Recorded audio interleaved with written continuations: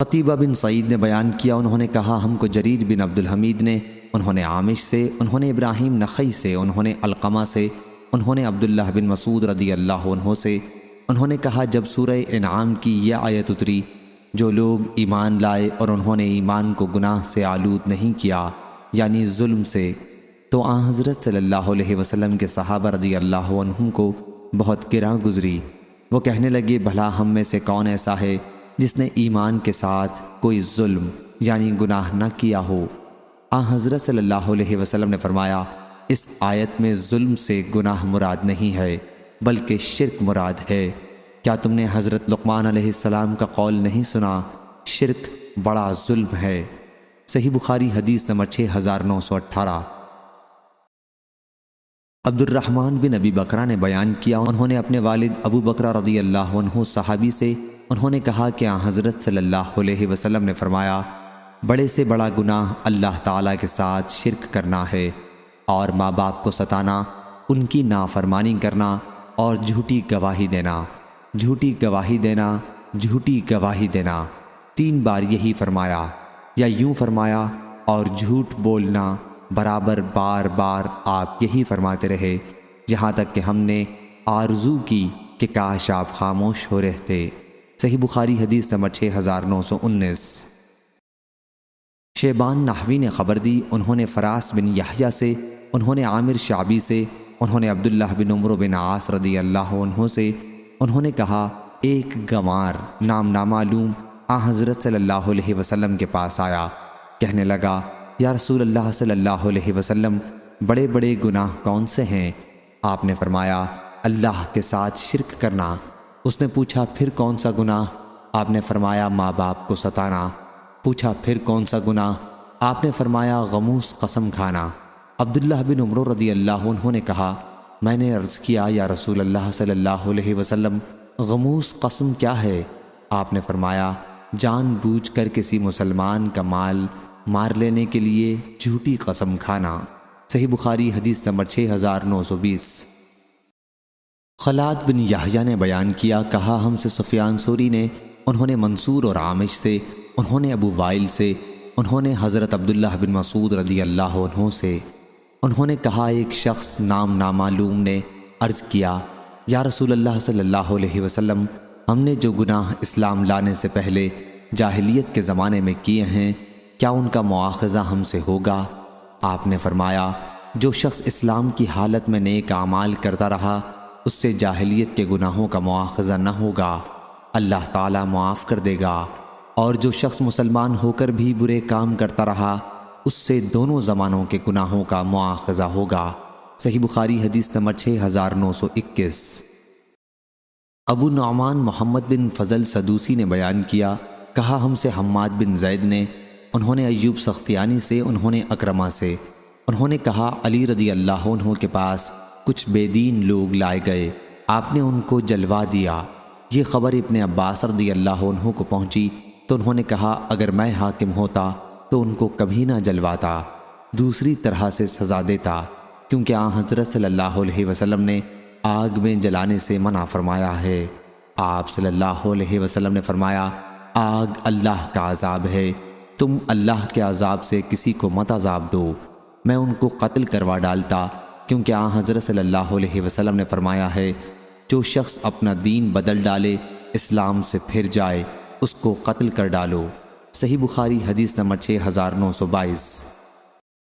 حمید بن ہلال نے بیان کیا، کہا ہم سے ابو بردہ رضی اللہ عنہ نے، انہوں نے ابو موسیٰ اشعری رضی اللہ عنہ سے، انہوں نے کہا میں حضرت صلی اللہ علیہ وسلم کے پاس آیا، میرے ساتھ اشر قبیلے کے 2 شخص تھے، نام نامعلوم، ایک میرے داہنے طرف تھا، دوسرا بائیں طرف۔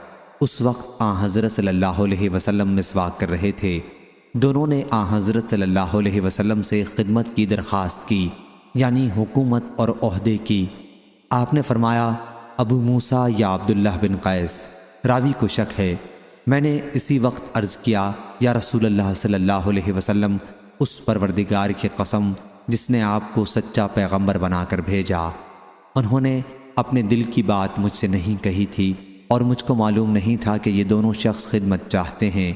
ابو موسیٰ رضی اللہ عنہ کہتے ہیں جیسے میں اس وقت آپ کی مسواک کو دیکھ رہا ہوں وہ آپ کے ہونٹ کے نیچے اٹھی ہوئی تھی۔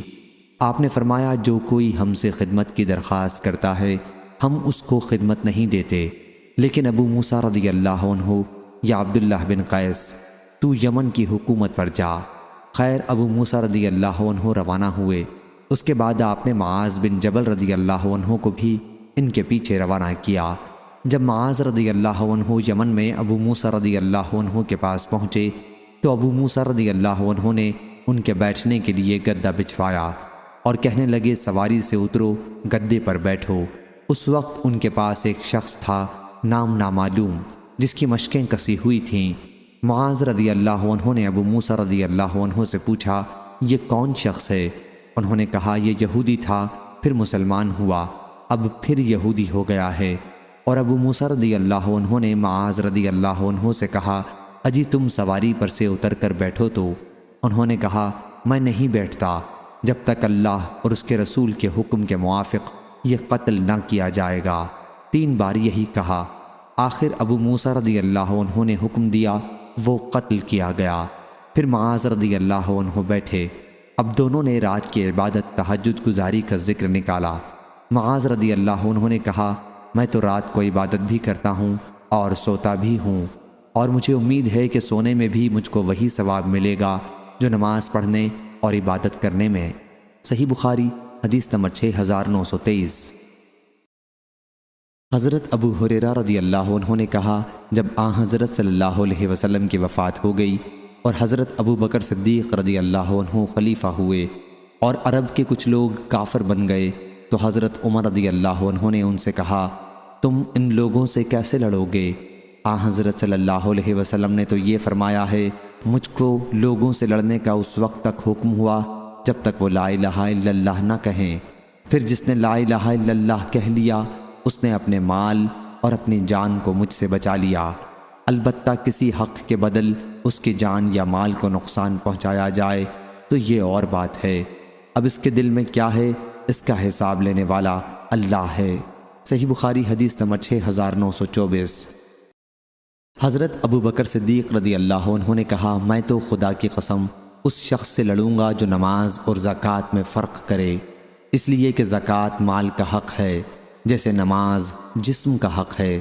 خدا کی قسم اگر یہ لوگ مجھ کو ایک بکری کا بچہ نہ دیں گے جو حضرت صلی اللہ علیہ وسلم کو دیا کرتے تھے تو میں اس کے نہ دینے پر ان سے لڑوں گا۔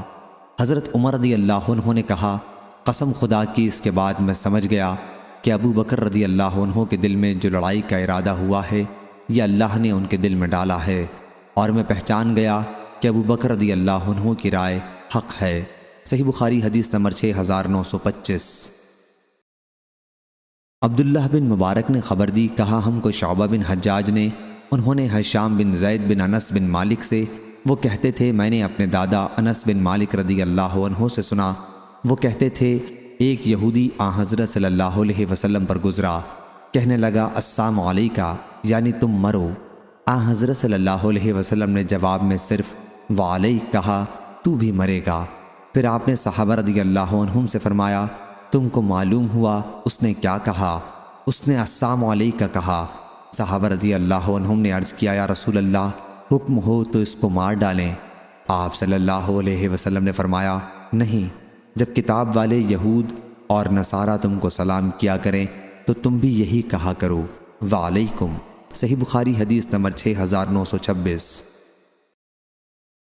ابو نعیم نے بیان کیا انہوں نے سفیان بن عینہ سے، انہوں نے زہری سے، انہوں نے عروہ سے، انہوں نے حضرت عائشہ رضی اللہ عنہا سے، انہوں نے کہا یہود میں سے چند لوگوں نے حضرت صلی اللہ علیہ وسلم کے پاس آنے کی اجازت چاہی، جب آئے تو کہنے لگے السلام علیکہ، میں نے جواب میں یوں کہا علیک السلام واللعنہ۔ حضرت صلی اللہ علیہ وسلم نے فرمایا اے عائشہ رضی اللہ عنہا، اللہ تعالیٰ نرمی کرتا ہے اور ہر کام میں نرمی کو پسند کرتا ہے۔ میں نے کہا یا رسول اللہ صلی اللہ علیہ وسلم کیا آپ نے ان کا کہنا نہیں سنا؟ آپ نے فرمایا میں نے بھی تو جواب دے دیا وعلیکم۔ صحیح بخاری حدیث نمبر 6927۔ عبداللہ بن دینار نے بیان کیا، کہا میں نے عبداللہ بن عمر رضی اللہ عنہ سے سنا، وہ کہتے تھے حضرت صلی اللہ علیہ وسلم نے فرمایا، یہودی لوگ جب تم مسلمانوں میں سے کسی کو سلام کرتے ہیں سلام علیکہ کہتے ہیں، تم بھی جواب میں علیک کہا کرو۔ صحیح بخاری حدیث نمبر 6928۔ عمر بن حفص بن غیاث نے بیان کیا، کہا ہم سے میرے والد نے، کہا ہم سے عامش نے، کہا مجھ سے شقیق بن سلمہ نے کہ حضرت عبداللہ بن مسعود رضی اللہ عنہ نے کہا، جیسے میں اس وقت حضرت صلی اللہ علیہ وسلم کو دیکھ رہا ہوں، آپ ایک پیغمبر حضرت نوح علیہ السلام کی حکایت بیان کر رہے تھے۔ ان کی قوم والوں نے ان کو اتنا مارا کہ لہو لہان کر دیا۔ وہ اپنے منہ سے خون پونچھتے تھے اور یوں دعا کرتے جاتے، پروردگار میری قوم والوں کو بخش دے، وہ نادان ہیں۔ صحیح بخاری حدیث نمبر 6929۔ حضرت علی رضی اللہ عنہ نے کہا، جب میں تم سے حضرت صلی اللہ علیہ وسلم کی کوئی حدیث بیان کروں تو قسم اللہ کی اگر میں آسمان سے نیچے گر پڑوں یہ مجھ کو اس سے اچھا لگتا ہے کہ میں حضرت صلی اللہ علیہ وسلم پر جھوٹ باندھوں۔ ہاں، جب مجھ میں تم میں آپس میں گفتگو ہو تو اس میں بنا کر بات کہنے میں کوئی قباحت نہیں، کیونکہ حضرت صلی اللہ علیہ وسلم نے فرمایا، لڑائی تدبیر اور مکر کا نام ہے۔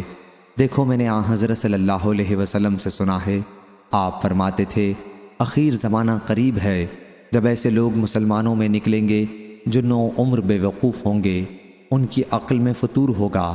ظاہر میں تو ساری خلق کے کلاموں میں جو بہتر ہے یعنی حدیث شریف وہ پڑھیں گے، مگر در حقیقت ایمان کا نور ان کے حلق تلے نہیں اترے گا۔ وہ دین سے اس طرح باہر ہو جائیں گے جیسے تیر شکار کے جانور سے پار نکل جاتا ہے، اس میں کچھ لگا نہیں رہتا۔ تم ان لوگوں کو جہاں پانا بے تعمل قتل کرنا، ان کو جہاں پاؤ قتل کرنے میں قیامت کے دن ثواب ملے گا۔ صحیح بخاری حدیث نمبر 6930۔ محمد بن ابراہیم تیمی نے خبر دی، انہوں نے ابو سلمہ بن عبد الرحمن اور عطا بن یسار سے، وہ دونوں حضرت ابو سعید خدری رضی اللہ عنہ کے پاس آئے اور ان سے پوچھا، کیا تم نے حروریہ کے باب میں کچھ حضرت صلی اللہ علیہ وسلم سے سنا ہے؟ انہوں نے کہا، حروریہ ضروریہ تو میں جانتا نہیں، مگر میں نے حضرت صلی اللہ علیہ وسلم سے یہ سنا ہے، آپ فرماتے تھے اس امت میں، اور یوں نہیں فرمایا اس امت میں سے کچھ لوگ ایسے پیدا ہوں گے کہ تم اپنی نماز کو ان کی نماز کے سامنے حقیر جانو گے، اور قرآن کی تلاوت بھی کریں گے مگر قرآن ان کے حلقوں سے نیچے نہیں اترے گا۔ وہ دین سے اس طرح نکل جائیں گے جیسے تیر جانور میں سے پار نکل جاتا ہے، اور پھر تیر پھینکنے والا اپنے تیر کو دیکھتا ہے، اس کے بعد جڑ میں جو کمان سے لگی رہتی ہے اس کو شک ہوتا ہے شاید اس میں خون لگا ہو، مگر وہ بھی صاف۔ صحیح بخاری حدیث نمبر 6931۔ یحییٰ بن سلیمان نے بیان کیا، کہا مجھ سے ابن وہب نے، کہا مجھ سے عمر بن محمد بن زید بن عبداللہ بن عمر نے، کہا ان سے ان کے والد نے، اور ان سے عبداللہ بن عمر رضی اللہ عنہ نے، اور انہوں نے حروریہ کا ذکر کیا اور کہا کہ نبی کریم صلی اللہ علیہ وسلم نے فرمایا تھا کہ وہ اسلام سے اس طرح باہر ہو جائیں گے جیسے تیر کمان سے باہر ہو جاتا ہے۔ صحیح بخاری حدیث نمبر 6932۔ ابو سعید رضی اللہ عنہ نے بیان کیا کہ نبی کریم صلی اللہ علیہ وسلم تقسیم فرما رہے تھے کہ عبداللہ بن ذی الخویسرہ تمیمی آیا اور کہا، یا رسول اللہ صلی اللہ علیہ وسلم انصاف کیجئے۔ حضرت صلی اللہ علیہ وسلم نے فرمایا، افسوس اگر میں انصاف نہیں کروں گا تو اور کون کرے گا؟ اس پر حضرت عمر بن خطاب رضی اللہ عنہ نے کہا، مجھے اجازت دیجئے کہ میں اس کی گردن مار دوں۔ حضرت صلی اللہ علیہ وسلم نے فرمایا، نہیں، اس کے کچھ ایسے ساتھی ہوں گے کہ ان کی نماز اور روزے کے سامنے تم اپنی نماز اور روزے کو حقیر سمجھو گے، لیکن وہ دین سے اس طرح باہر ہو جائیں گے جس طرح تیر جانور میں سے باہر نکل جاتا ہے۔ تیر کے پر کو دیکھا جائے لیکن اس پر کوئی نشان نہیں، پھر اس پیکان کو دیکھا جائے اور وہاں بھی کوئی نشان نہیں، پھر اس کی باڑ کو دیکھا جائے اور یہاں بھی کوئی نشان نہیں، پھر اس کے لکڑی کو دیکھا جائے اور وہاں بھی کوئی نشان نہیں، کیونکہ وہ جانور کے جسم پر تیر چلایا گیا تھا۔ لید، گوبر اور خون سب سے آگے بے داغ نکل گیا۔ اسی طرح وہ لوگ اسلام سے صاف نکل جائیں گے۔ ان کی نشانی ایک مرد ہوگا جس کا ایک ہاتھ عورت کی چھاتی کی طرح، یا یوں فرمایا کہ گوشت کے تھل تھل کرتے لوتھڑے کی طرح ہوگا۔ یہ لوگ مسلمانوں کے پھوٹ کے زمانے میں پیدا ہوں گے۔ حضرت ابو سعید خدری رضی اللہ عنہ نے کہا کہ میں گواہی دیتا ہوں کہ میں نے یہ حدیث نبی کریم صلی اللہ علیہ وسلم سے سنی ہے، اور میں گواہی دیتا ہوں کہ حضرت علی رضی اللہ عنہ نے نہروان میں ان سے جنگ کی تھی، اور میں اس جنگ میں ان کے ساتھ تھا، اور ان کے پاس ان لوگوں کے ایک شخص کو قیدی بنا کر لایا گیا تو اس میں وہی تمام چیزیں تھیں جو نبی کریم صلی اللہ علیہ وسلم نے بیان فرمائی تھیں۔ راوی نے بیان کیا کہ پھر قرآن مجید کی یہ آیت نازل ہوئی کہ ان میں سے بعض وہ ہیں جو آپ کے صدقات کی تقسیم میں عیب پکڑتے ہیں۔ صحیح بخاری حدیث نمبر 6933۔ یسیر بن عمرو نے بیان کیا کہ میں نے سہل بن حنیف بدری صحابی رضی اللہ عنہ سے پوچھا، کیا تم نے نبی کریم صلی اللہ علیہ وسلم کو خوارج کے سلسلے میں کچھ فرماتے ہوئے سنا ہے؟ انہوں نے بیان کیا کہ میں نے آن حضرت صلی اللہ علیہ وسلم کو یہ کہتے سنا ہے، اور آپ نے عراق کی طرف ہاتھ سے اشارہ فرمایا تھا کہ ادھر سے ایک جماعت نکلے گی، یہ لوگ قرآن مجید پڑھیں گے لیکن قرآن مجید ان کے حلقوں سے نیچے نہیں اترے گا، وہ اسلام سے اس طرح باہر ہو جائیں گے جیسے تیر شکار کے جانور سے باہر نکل جاتا ہے۔ صحیح بخاری حدیث نمبر 6934۔ حضرت ابو ہریرہ رضی اللہ عنہ نے بیان کیا کہ رسول اللہ صلی اللہ علیہ وسلم نے فرمایا، قیامت اس وقت تک قائم نہیں ہوگی جب تک دو ایسے گروہ آپس میں جنگ نہ کریں جن کا دعویٰ ایک ہی ہو۔ صحیح بخاری حدیث نمبر 6935۔ عبد الرحمن بن عبد القاری نے خبر دی، ان دونوں نے حضرت عمر بن خطاب رضی اللہ عنہ سے سنا، انہوں نے بیان کیا کہ میں نے ہشام بن حکیم رضی اللہ عنہ کو نبی کریم صلی اللہ علیہ وسلم کی زندگی میں سورۃ الفرقان پڑھتے سنا۔ جب غور سے سنا تو وہ بہت سی ایسی قراتوں کے ساتھ پڑھ رہے تھے جن سے آن حضرت صلی اللہ علیہ وسلم نے مجھے نہیں پڑھایا تھا۔ قریب تھا کہ نماز ہی میں سان پر حملہ کر دیتا، لیکن میں نے انتظار کیا، اور جب انہوں نے سلام پھیرا تو ان کی چادر سے، یا انہوں نے یہ کہا اپنی چادر سے، میں نے ان کی گردن میں پھندا ڈال دیا اور ان سے پوچھا کہ اس طرح تمہیں کس نے پڑھایا ہے؟ انہوں نے کہا کہ مجھے اس طرح رسول اللہ صلی اللہ علیہ وسلم نے پڑھایا ہے۔ میں نے ان سے کہا کہ جھوٹ بولتے ہو، واللہ یہ صورت مجھے بھی آن حضرت صلی اللہ علیہ وسلم نے پڑھائی ہے جو میں نے تمہیں ابھی پڑھتے سنا ہے۔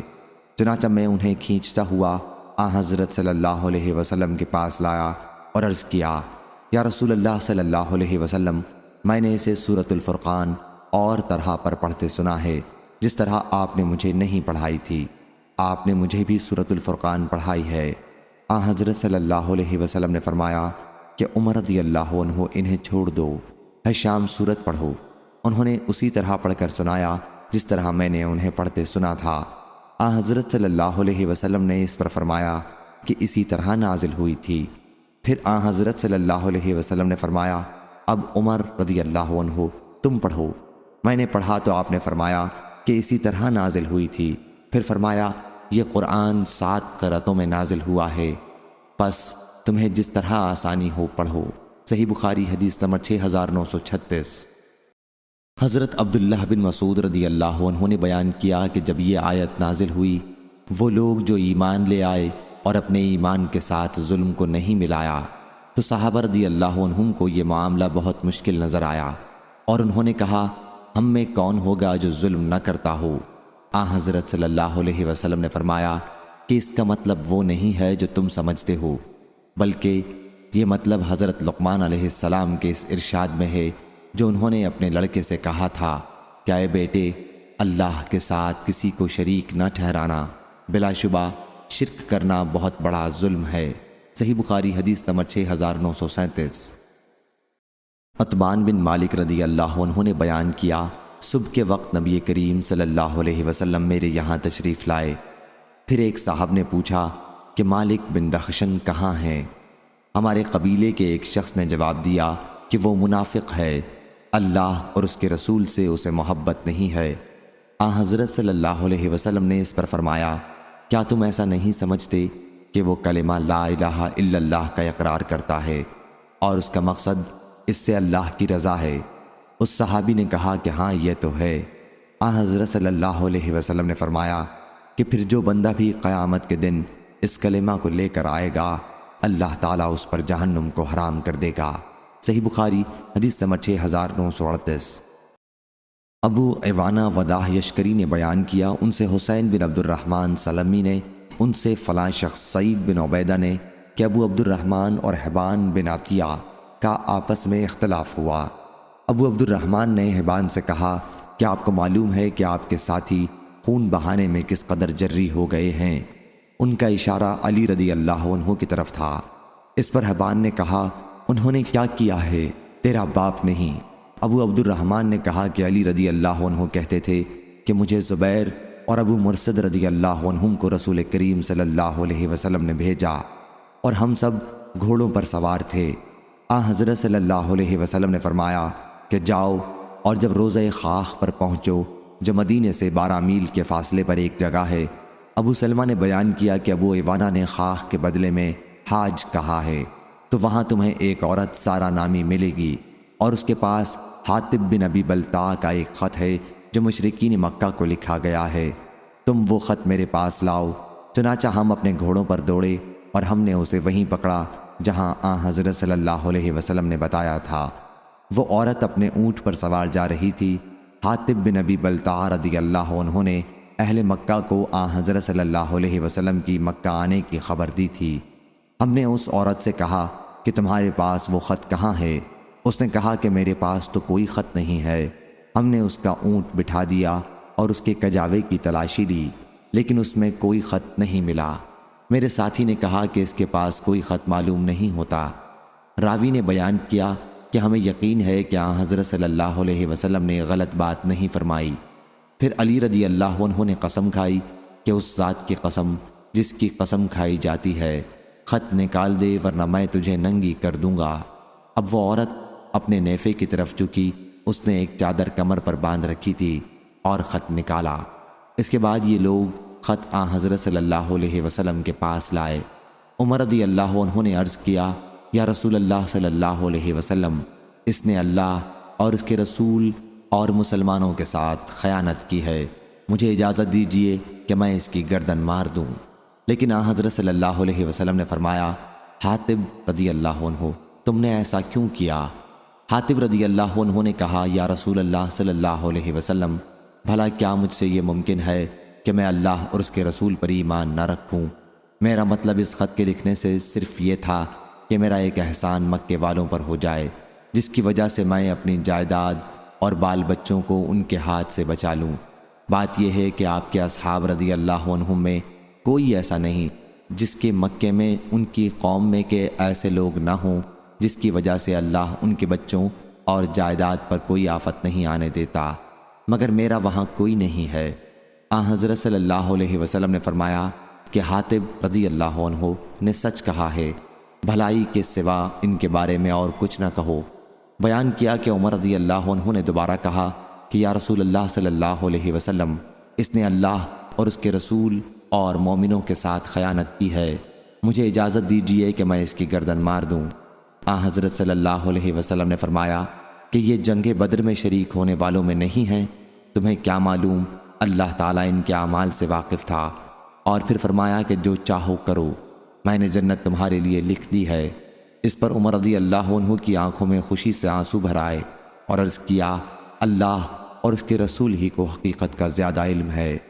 ابو عبداللہ حضرت امام بخاری رحمہ اللہ نے کہا کہ خاخ زیادہ صحیح ہے، لیکن ابو عوانہ نے حاج ہی بیان کیا ہے اور لفظ حاج بدلا ہوا ہے، یہ ایک جگہ کا نام ہے، اور حیثم نے خاخ بیان کیا ہے۔ صحیح بخاری حدیث نمبر 6939۔